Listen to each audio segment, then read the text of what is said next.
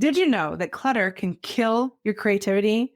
Whether it's physical or digital or emotional, too much stuff, real or virtual, can hold you back. And today, we're going to talk about how to declutter your business and mind for more productivity, freedom, and success. I'm your host, Beverly Cornell, founder and fairy godmother of brand clarity at Wickedly Branded, with over 25 years of experience. I have helped hundreds of purpose-driven entrepreneurs awaken their brand and boldly bring it to life so that they can magnify their impact on the world. Today's guest is someone who doesn't just clear the clutter, she changes your entire relationship with it. Miriam Ortiz y Pino is a simplicity expert and certified professional organizer who blends productivity, money mindset, and systems, one of my favorite words, by the way, to help entrepreneurs streamline their space, energy, and business. She is the founder of More Than Organized, a NAPO University instructor, and a money breakthrough business coach with over 2 decades of an entrepreneurial insight. Welcome to the show.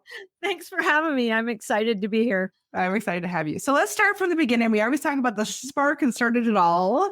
What inspired you to launch More Than Organized back in 2000? I read in your bio. Yeah, a couple things. I needed to work for myself. It became very obvious I was not that employable.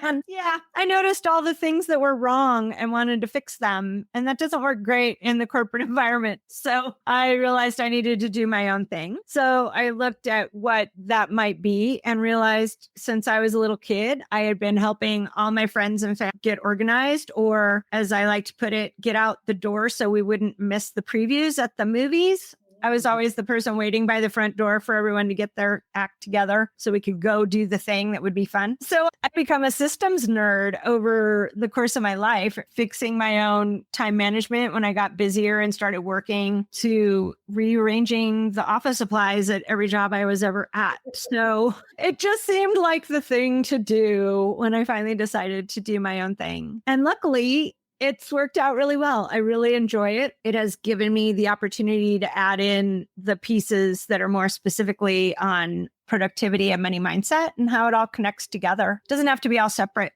I love that. So why do we need decluttering? Why do we need simplification? Why is that so important? Because we're living in an age of overwhelm. And one of the things we can control is our own physical environment. And if we control that, we feel better. So we have more energy and interest in dealing with the other stuff that's going on, whether it's personal, business, political, geopolitical, whatever. But bottom line is we are just inundated with too much stuff. The average household now has over 400,000 items in it, and our brains are actually trying to keep track of all of that. So if you don't know where your pliers are, it's because your brain can't find the file. And you can't find the file because you are keeping 80% too much information. It's all connected, right? We get frustrated by these little bits of interruption every day. And if you streamline all that and actually simplify and only have the things you need to live your best life, do your best work, you will not be so overwhelmed because all the extra, excess, redundant stuff won't be in your way. This is great. I have ADHD. And if you look at my tabs right now, it's probably one of the reasons why I had tech issues before we started recording today. I overload my computer all the time. And I'm going to go back for 1 second. 400,000 items in our homes. That's insane. I know I have a lot of little stuff, but that's a lot of things to remember and quite a lot. Just try to count all the stuff on your desk and you're over 100. When I first started, the first statistic I ever saw was 44,000.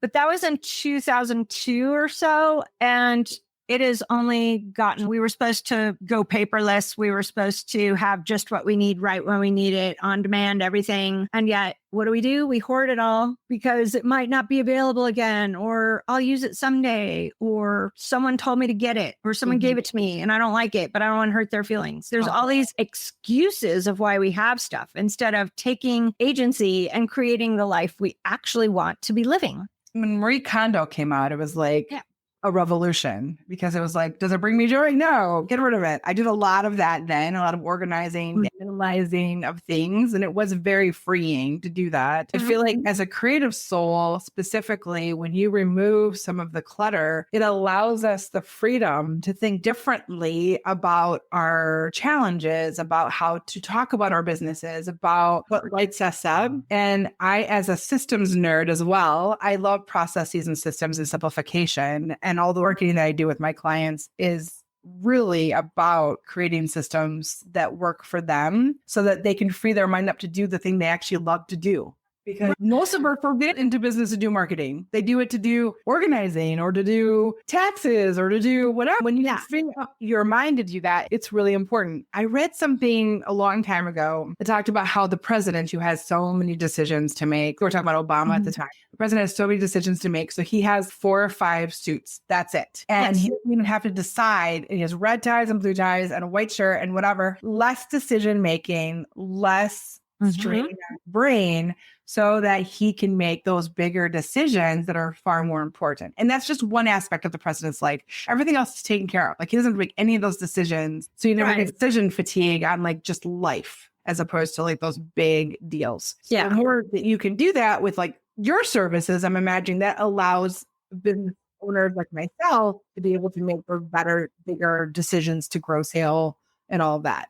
Yeah, we make hundreds of thousands of decisions a day on stupid stuff. And it's the paradox of choice. It's so great. And it seems like so much freedom to be able to choose amongst all these possibilities. But really, it is draining. And I work with a lot of creative visionaries and artists, and they're always like, you can't fence me in. But it turns out there's more innovation and creativity when you put a few constraints around what you're working with or how you're working or when you're working. And it provides more benefits than it provides impediments because you are using your actual creativity, not just avoiding things or rearranging things so that you can get to the thing you're doing. And now you're rushed or upset or frustrated. I'm a big believer in just clearing the decks and reverse engineering everything and taking it down to its essentials. Simplicity is liberating. Really is. Systems set you free. Yeah, they don't limit you. They set you free. If it's the right system, I think that's the key and why they need someone to hold their hand to the process to help them get the right system for them. Yeah, no one else's system will necessarily work for you.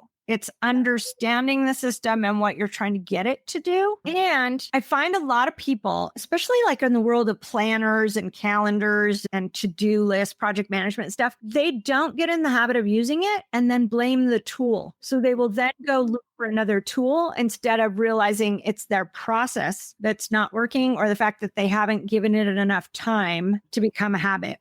It's not the tool's fault. It's yours. The thing that I have found with the clients that we've worked with, so many are overwhelmed. They're burnt out. They've done everything. They're posting. They're putting spaghetti on the wall. They're doing everything they can to be visible. And when we give them some constraints and some systems, let's talk about the 4 to 6 things you want to be known for. And let's start there. And then it's going to be something that's owning the one little inch of the world and how deep you can go. Right? Yeah. So that little niche that you've created for yourself can be so incredibly powerful.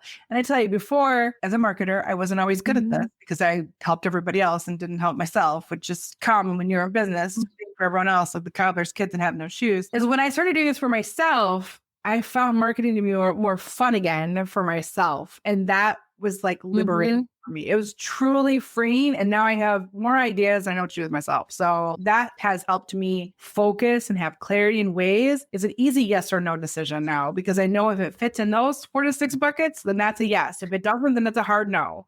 And it doesn't actually limit who you work with. It invites the cream of the crop in, and then you get to decide where you're going to make an exception. I almost always work with small business owners, but every once in a while, I work with someone that's just downsizing or someone that is a professional that's changing careers or something. Like, it doesn't have to be specifically, but I tend to talk to and at and for small business owners, but it doesn't mean they're the only people that come in. I like variety. I let other people in too, but there's something in the message that's a crossover that appealed to them if they contacted me. We all have the same issues. It doesn't look the same. Yeah. Are there other misconceptions or myths about getting organized or simplifying that is common for people to? Yeah. One of the most surprising ones is I need containers to get more organized. Now, instead of 400,000 items, you have 400,001 items, and one of them doesn't fit on the shelf because you failed to measure. You thought it would solve all your problems because it was on TikTok. And Are you in my house? Stop it. they said the egg holder that would roll the eggs down into each other would take up less room than an egg carton. It doesn't. It's just a matter of really how are you using your things and then figuring out the best container for them. I like to use the example, but it's dating myself now. But in the 90s and early 2000s, lots of people had CD racks that had slots for the CDs. But if you had a double set or you had a special edition set, they didn't fit in. So they would be off to the side in a weird random pile. Or you'd need more slots and you'd have to move everything over by one to fit the new one in. It was a nightmare. Instead of just have a bookshelf and pretend like it's a library, there's always more than one way to contain stuff. And it doesn't actually have to look like a container. It can be just a designated area. It'll save you tons of money and tons of time and lots of frustration on the day-to-day. So share a client transformation story, how you help them really embrace and get the benefits of the power of simplicity. Yeah. I have one client. I've been working with her for many years. Not that she's that bad, but she has a complicated life. So it's been a longer process. But when she first hired me, she was afraid to let people into her house and she loved to entertain. And she had acquired a lot of things because she's a very interesting and interested person with several hobbies. She's the director of a large nonprofit.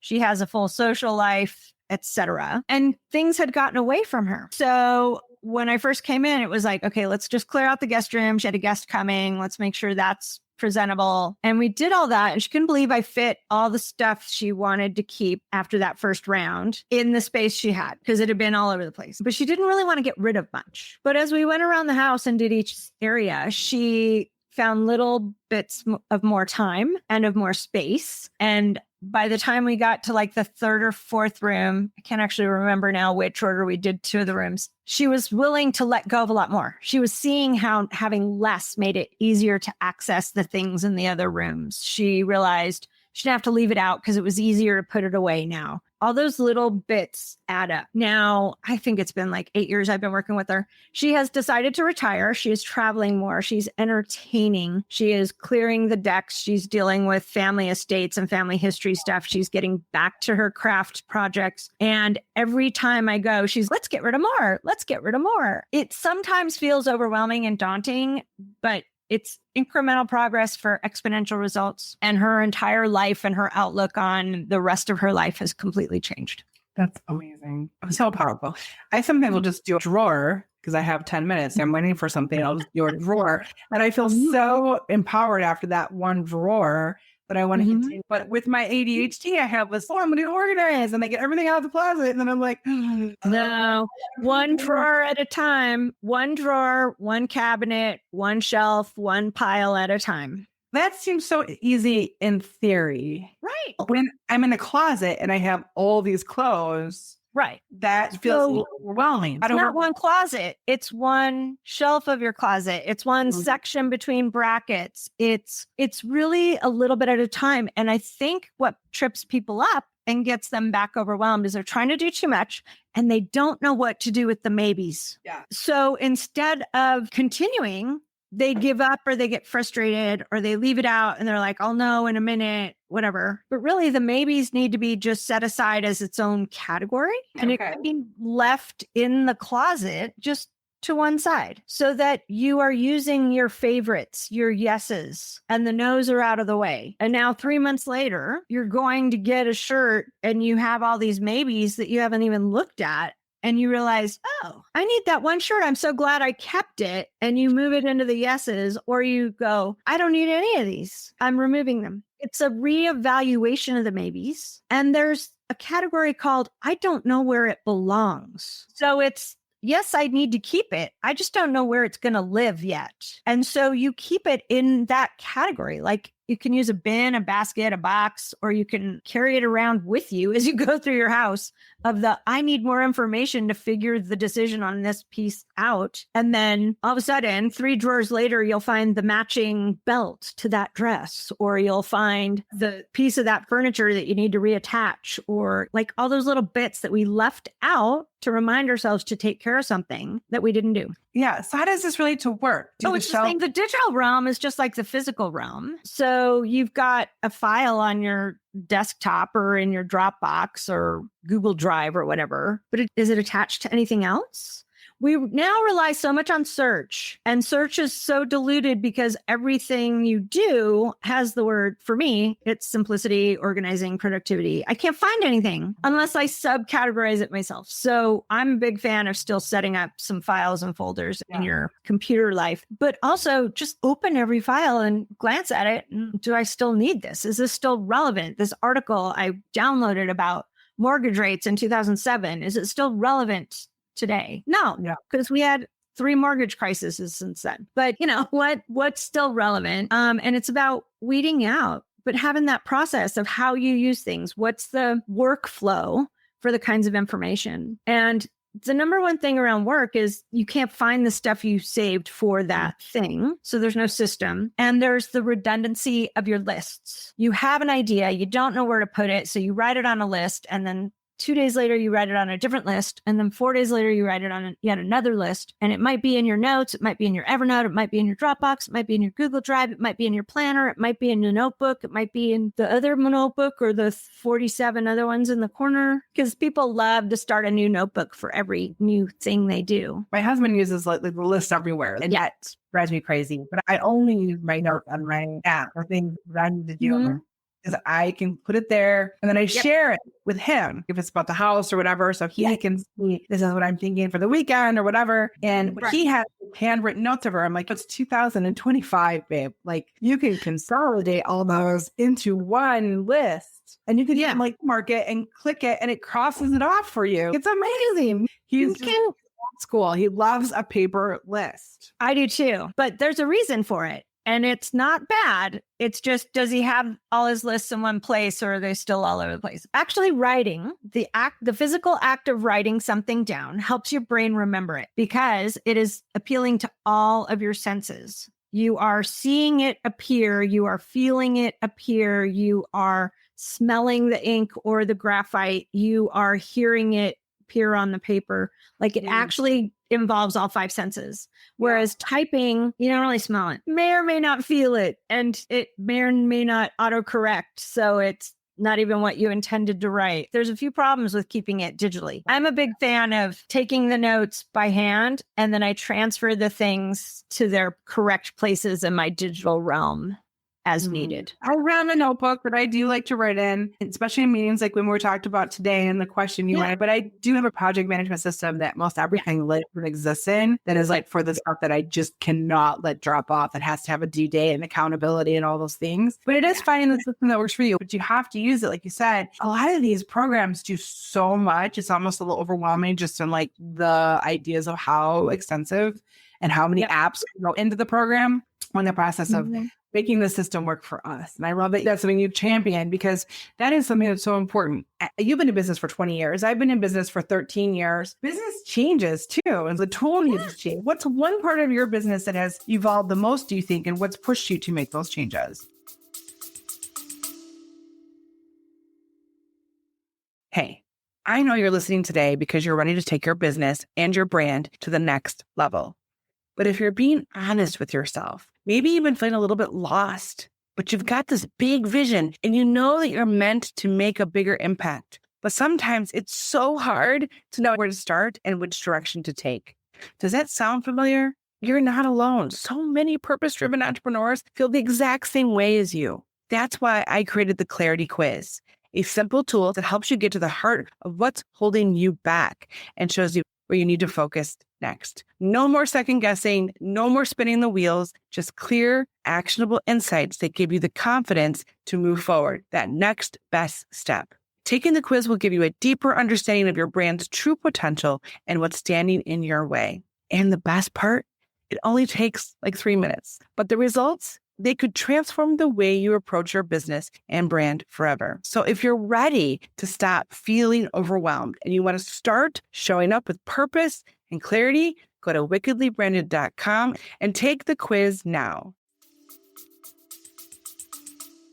Probably social media. When I started, there was no social media. Same.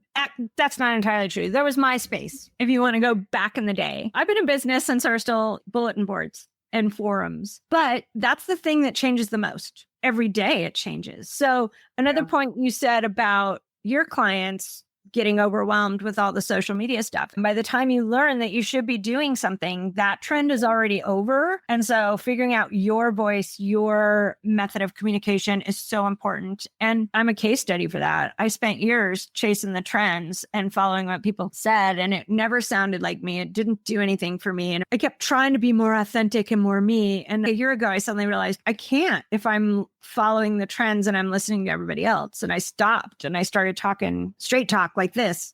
Yeah. And it's been amazing. Everything has started growing after years of just flatlining. This challenge is so real. Every single entrepreneur I've ever worked with has the same thing. Like they're just trying to check the boxes and looking at what the competitor's doing and seeing what this trend is. And they get caught up in all the shoulds that they end up shooting all over themselves.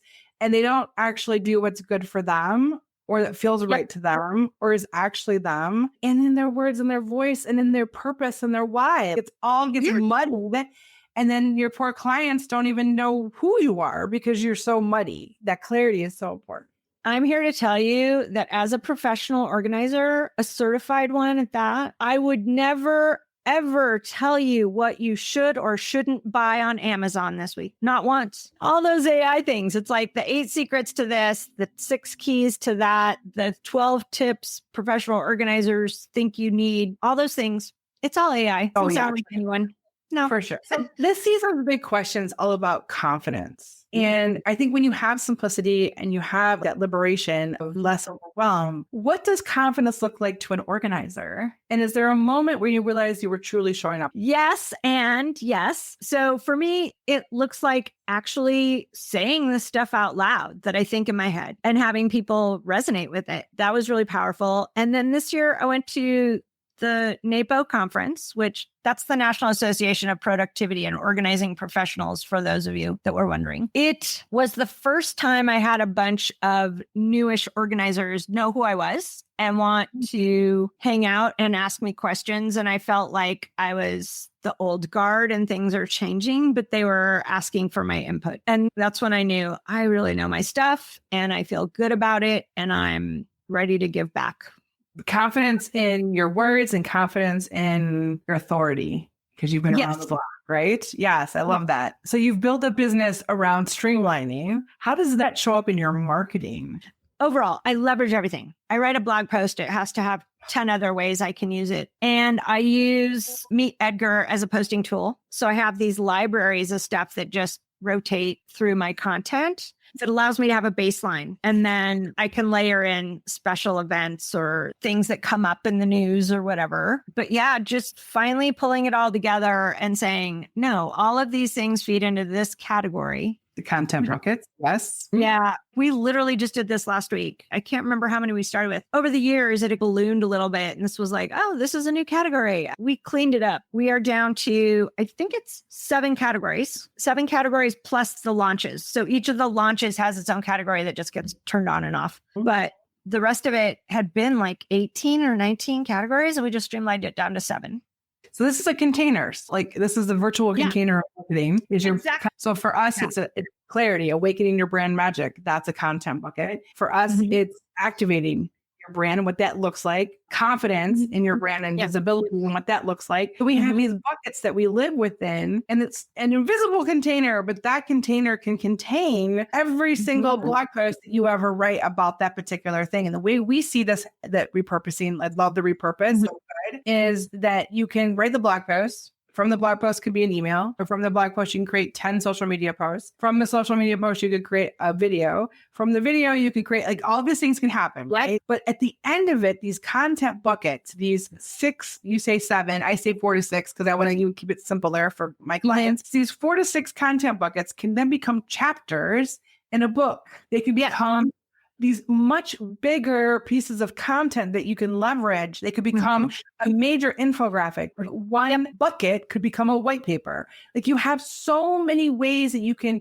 then aggregate once you have a lot even further into the realm. So we actually on the podcast, one of our buckets is confidence. So this season is all about confidence. Even on the podcast, we're bucketing our seasons according to our content buckets. So you can get very intentional about what you're writing, who you're writing for, and how you're writing it, and repurpose the heck out of it. And that is streamlining so well. That's lovely, Miriam. I'm so proud of you.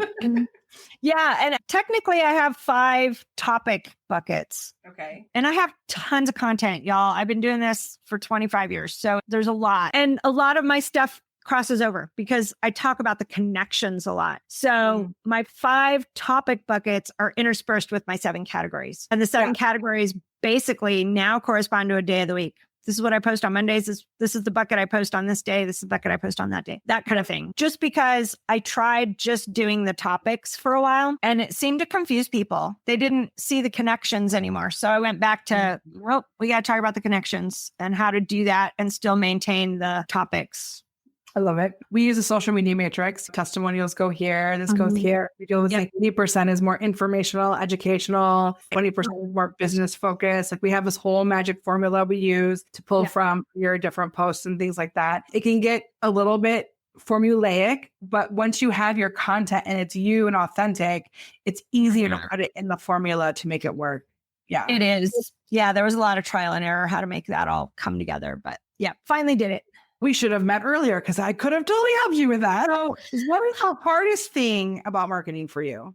Even though I have a niche, it's very hard to define one when I have so many different content buckets. Like it makes perfect sense if you see my whole roadmap, but anyone that sees one of my posts doesn't necessarily know I do all the other things. So it's that how to make it work together messaging that doesn't look quite like other organizers. And so it's navigating the misunderstandings about it and finding, but again, using my voice the last couple of years has really helped with that, differentiate me from everybody else. Yeah. There's only one Miriam with your experience and your particular perspective and your framework and how you do things. And you really have to lean on that, and push that forward. When we help some of our entrepreneurs, they're so scattered, right?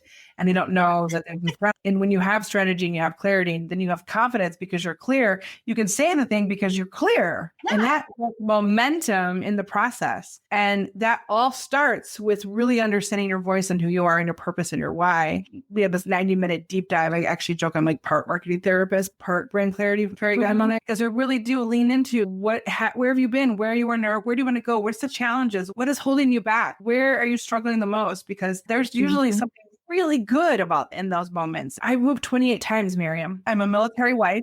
My mom left my dad when I was really young, so I got to move a lot in my life. And what it has taught me is the power of connection. I'm really good at connecting dots, connecting with people. And so when somebody hears that, they're like, oh, like that makes her uniquely her. When you start sharing some of your personal stories around what actually has helped you evolve as a human, sometimes it's sadness, sometimes it's good and success and all those things. But that's exactly the person, the guide to help that person get to there. And you can create the business exactly around that. Leading into your actual voice and who you are and how you serve and what you love is incredibly powerful. Love it. I have a magic hat. In my hat, I have some fun little questions. Ooh. What is the most WTF thing that has ever happened in your business? Oh, I had someone that I knew well hire me for a 6-month package to go through their whole house.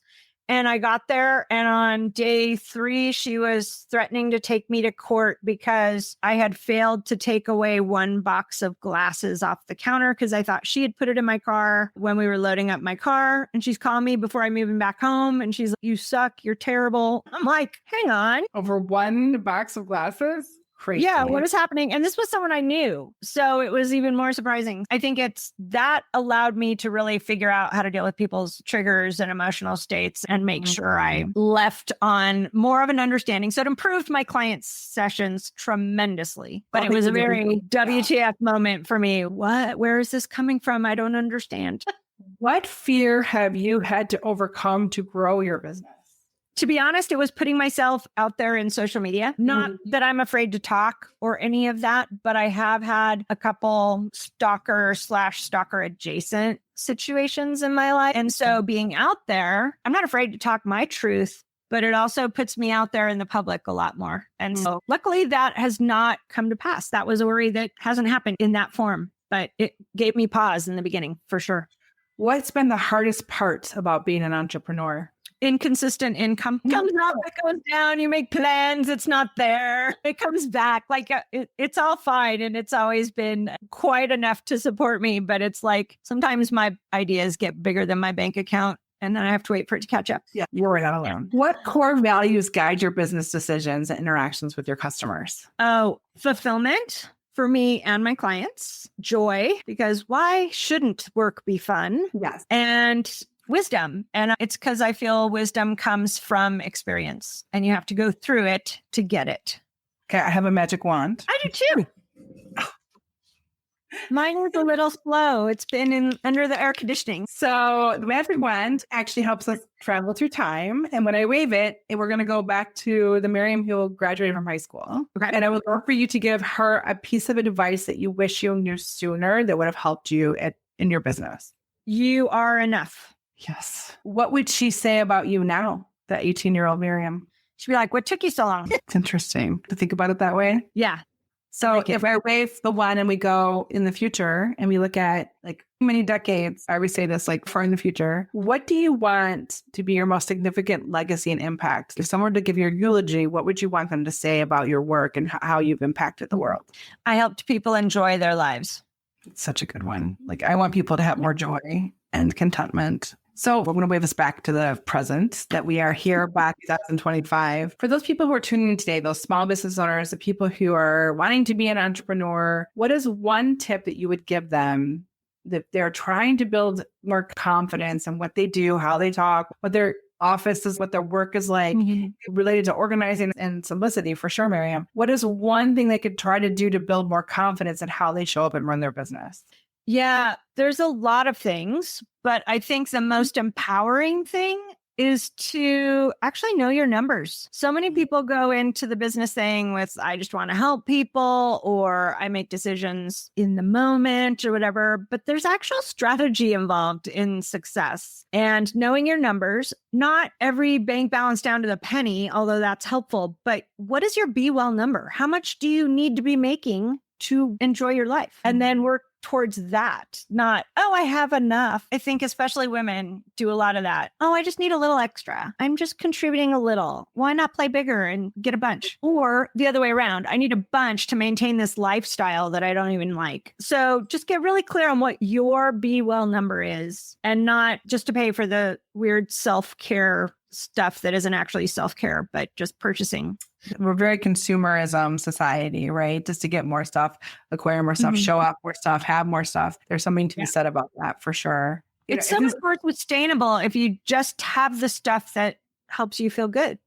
I'm sure that people who are listening either feel this themselves or maybe know another entrepreneur who is struggling with getting organized or has had some of those same struggles. It means so much to Miriam and myself if you share this episode with them to help them maybe find a little nugget that might get them closer to maybe that be well number or be well in their business, being more joyful, enjoying their business more because they have more simplicity and they are more organized. That would mean a lot to us. Or leave us a review and tell us that this mattered to you. This has helped you in some way, shape, or form. So before we go though, Miriam, I would love for you to share where people can learn more about you and about your business and connect with you to see more. Yeah, I think the easiest way to do it is morethanorganized.net. Has links to all my socials. It has blog posts. It has free content on there, and it has all the links to all my various offerings as well. But that's where you can find out the most about me. Wonderful. I'll make sure to include that in the show notes as well. Miriam, this has been a really fun conversation. I really thank you for sharing your wisdom and your journey and your magic with us. I know our listeners are going to walk away feeling more inspired and ready to maybe simplify a few things, even if it's their Google Drive or their desk. I'm looking at my desk right now going, maybe I need to simplify that. I'm so grateful for your time and for the impact that you're making to help bring more joy into the world. I hope today's episode really lit a fire under you, my listeners, gave you maybe some new ideas, and most of all, inspired to take that next step. Because here is the thing, your message matters, your work matters, and the world needs to hear what you have to say. Marketing isn't just about visibility. It's about impact. It's about connecting with the right people in a way that feels true to you. So keep showing up, keep sharing your brilliance, keep making things simpler, and keep making magic in the world. And hey, if you ever feel stuck, know that you don't have to do this alone. We're here to help you and turn your sparks into a wildfire. So until next time, keep sparking and igniting. Thank you so much for tuning into the Spark and Ignite Your Marketing podcast. I hope you found today's conversation or activation to be something clear and actionable that you can take back to your very own business. If you found this helpful, I'd love it if you take a moment to share your thoughts in a review. Not only does this help us see what's working and what you'd like to hear more of, but it also helps other business owners just like you find the sparks that they need. And if you know someone who could use today's tips, why not share this episode with them? A little inspiration can go a long way, and together we can help more people simplify their marketing and make their business shine.